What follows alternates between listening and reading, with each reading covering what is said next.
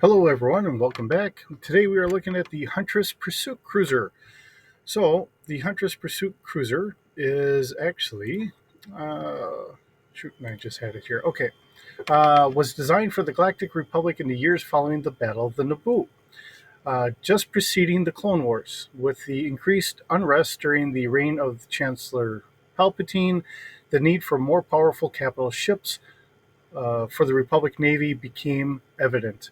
Pirate raids became increasingly bolder and more ruthless. Mercenary attacks became more frequent, and Republic citizens became outraged and demanded more military protection. This allowed Chancellor Palpatine to commission new craft for the Republic Navy. While the majority of the newer ships came from Republic Senior systems or Kuat drive yards, Lonar's design for a smaller yet powerful capital ship caught the eye of power-hungry Palpatine. The Huntress-class pursuit cruiser is designed to serve multiple functions, from system patrol craft, supplementary assault craft, pursuit vessel.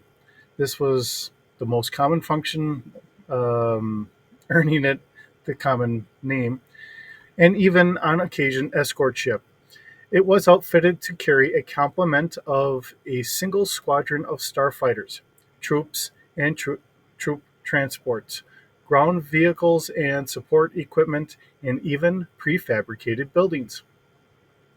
This predecessor to the Strike-class cruiser was employed all throughout the Republic and was one of the first warning signs to Republic citizens that Palpatine's taste for military control was a threat to all peoples, not just pirates or smugglers. Although outdated by modern standards, a few of these vessels can still be found in the outskirts of the Empire, as well as in the hands of various other groups. All right, so Herschel Kessel Drive has also received permission to manufacture these and sell these vessels. Now, this is based on the Star Wars role playing game version. That's where this all comes from. So, as we look at our ship here, um, as you can see, it's a Lunar Huntress class pursuit cruiser. It is from the Old Republic slash the Empire, so the beginning of the Empire. It is from the Old Republic era. This is a capital scale with a length of 375 meters. As usual with Star Wars, this is a crew heavy ship with 845 crew members and 13 gunners. It can carry about 200 troops, has a cargo capacity of 3,100 metric tons, and has enough consumables for 1 year.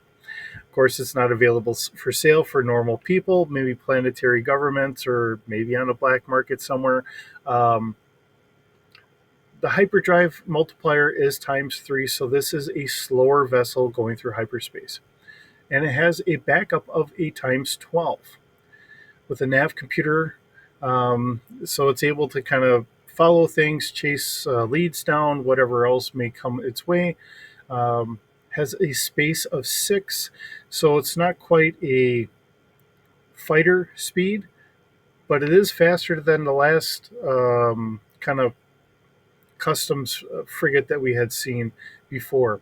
Has a maneuverability of 1D plus 2, so it is not as maneuverable as uh, most of the other fighters for sure.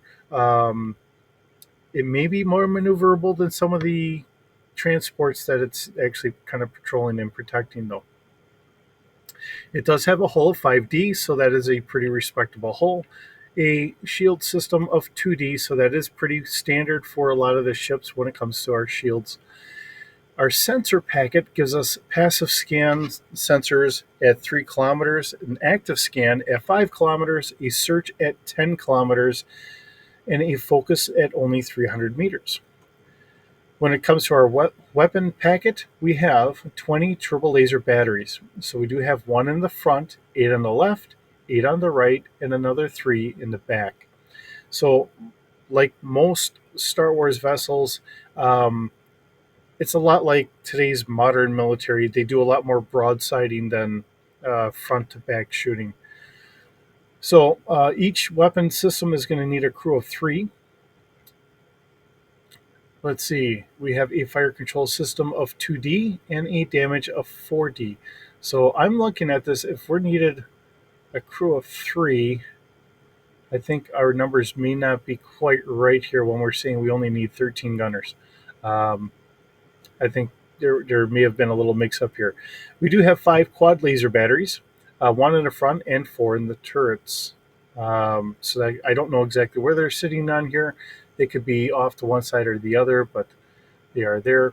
And this is at starfighter scale, so this is meant to repel other fighter craft that would be coming after it, with a fire control of 2D and a damage of 4D. So it has for some reason it has listed it has 182 tractor beam projectors. Something tells me that that is grossly off. I don't think it should have that many of them on there. But this is what is actually listed out of the book. Requires a crew of 3, has a fire control of 2D plus 2, so it's a little bit above average for trying to get any pirate vessels and kind of trap them. Also has a damage of 4D. So trying to hold it, that's usually where our damage kind of comes into. You would have to break that in order to try and get away. Not that we're trying to actively crush a ship or anything. So that is the ship that we have today. There is, I doing a rudimentary search, I didn't find any other pictures of this. This is really the only picture that I have. But there again, if it came from the Star Wars role-playing game, this might be the only picture that they had in the book, and that's really all we have. But it is an interesting thing to sit here and say, here's another ship that's, pre-Empire, out here to do the job, but another one that could be very active in a picket fleet to kind of help assist Star Destroyers and the like. So, um, but that's really about what we have here today. Hope you're enjoying the series. Glad to have you here listening to what we have for the ship that we have here today. And I hope you have a wonderful day. We'll see you in the next